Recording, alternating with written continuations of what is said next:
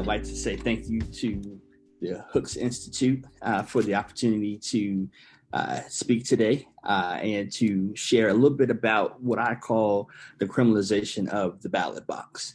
And so the criminalization of the ballot box, as Daniel stated earlier, is the abuse of public and private power to intimidate voters of color for fear of criminal prosecution and to hold them liable for possibly making a mistake.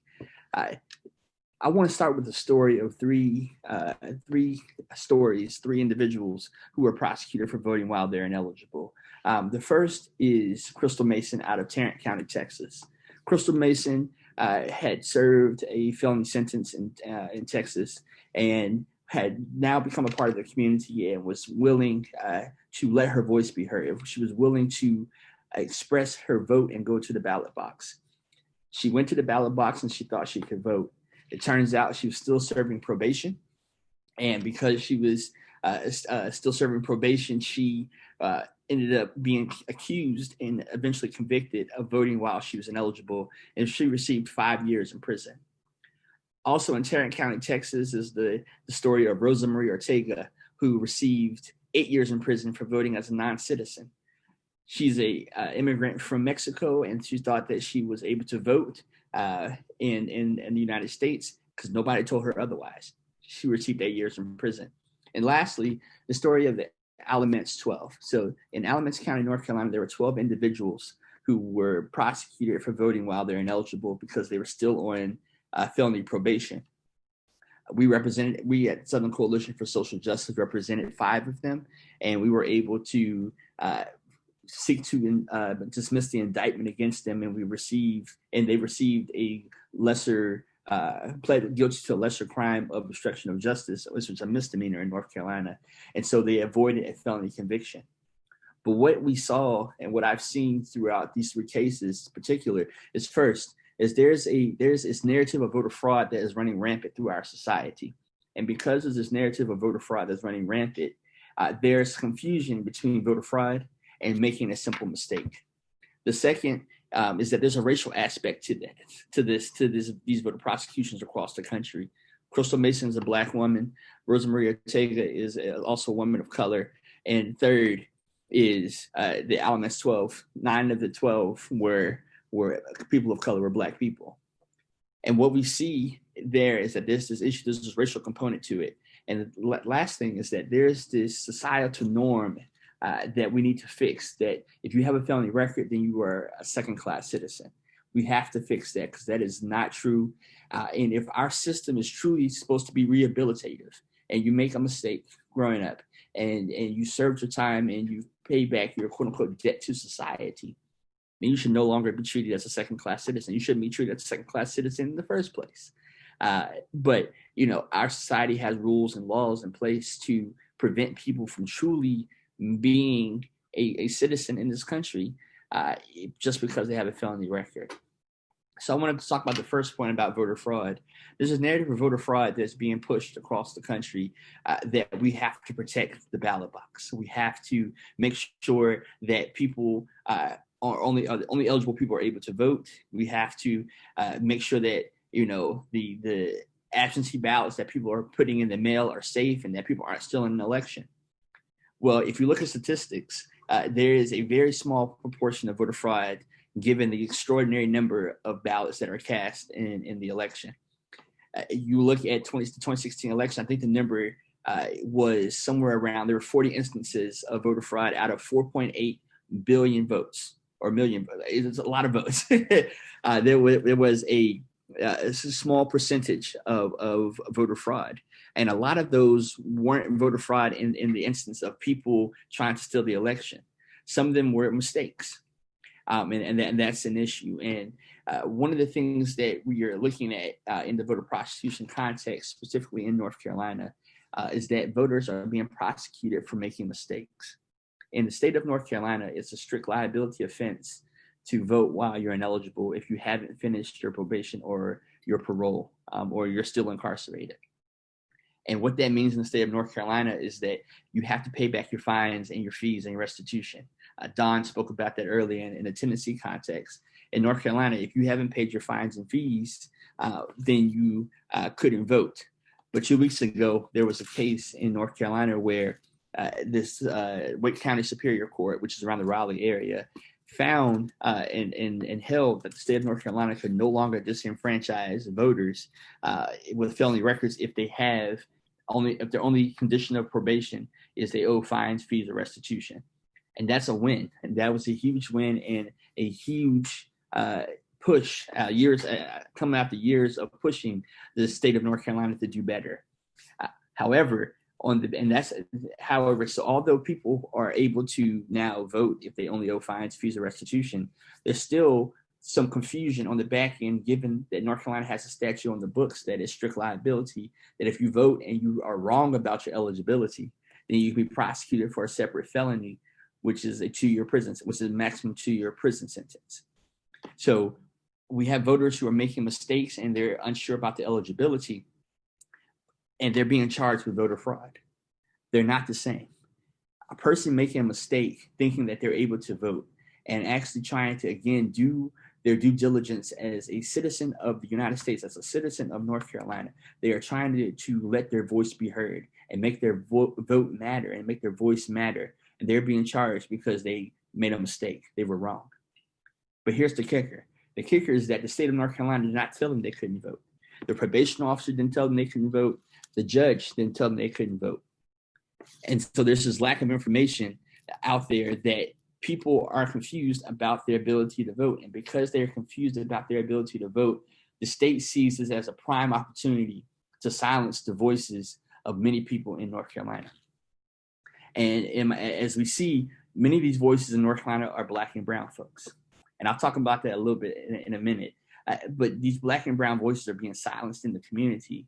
And the Black and brown voices need to be heard the most, because we are the communities that are the most burdened by many of the statutes and laws that are put in place in the state of North Carolina.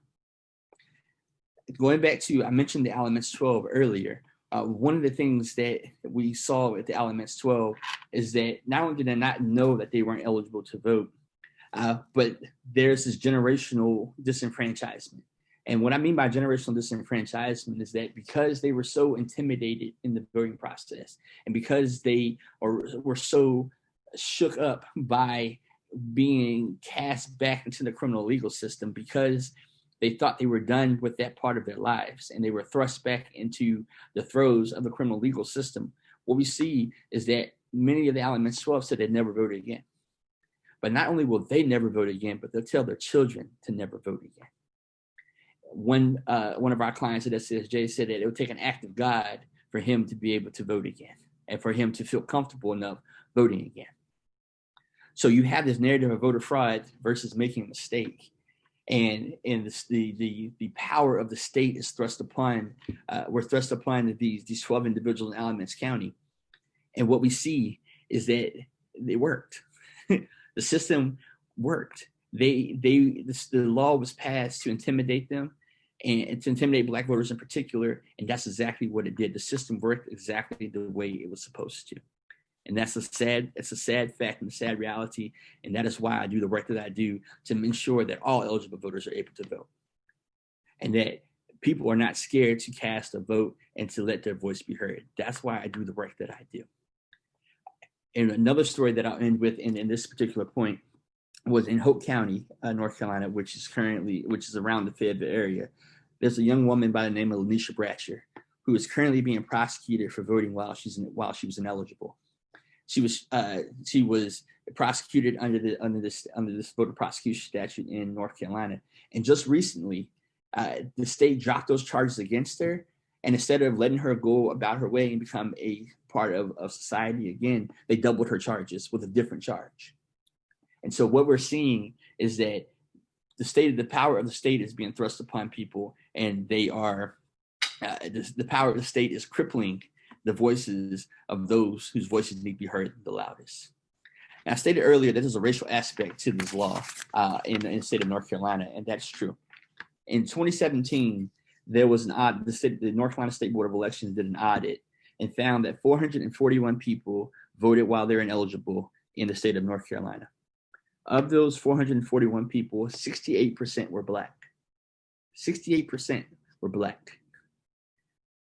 And what we saw with this audit is that now people across the state who had been accused of voting while they're ineligible, who thought they were out of the criminal legal system, were now again thrust back into the criminal legal system. There's an example out of that 441 people of a woman in a small town in North Carolina who voted in her dead mother's name. It was her mother's dying wish to vote for President Donald Trump. And her mother passed away before the election, and her daughter, in carrying out her mother's wish, voted not only for herself, but also for her dead mother.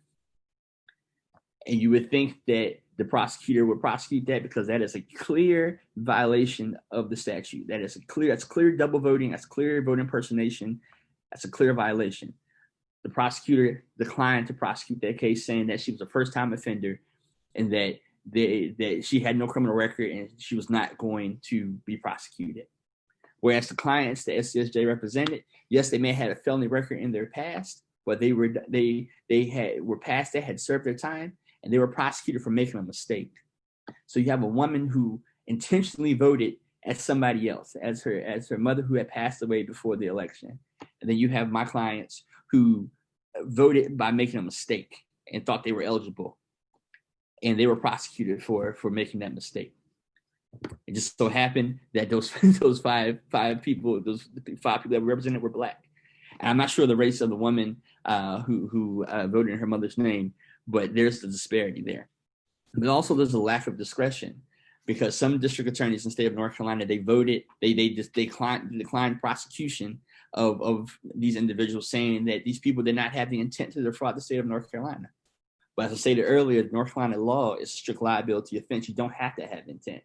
So what that meant is that some district attorneys saw that this was a frivolous charge against these people and decided not to bring it. Whereas other district attorneys decided that they were going to put the full brunt of the state behind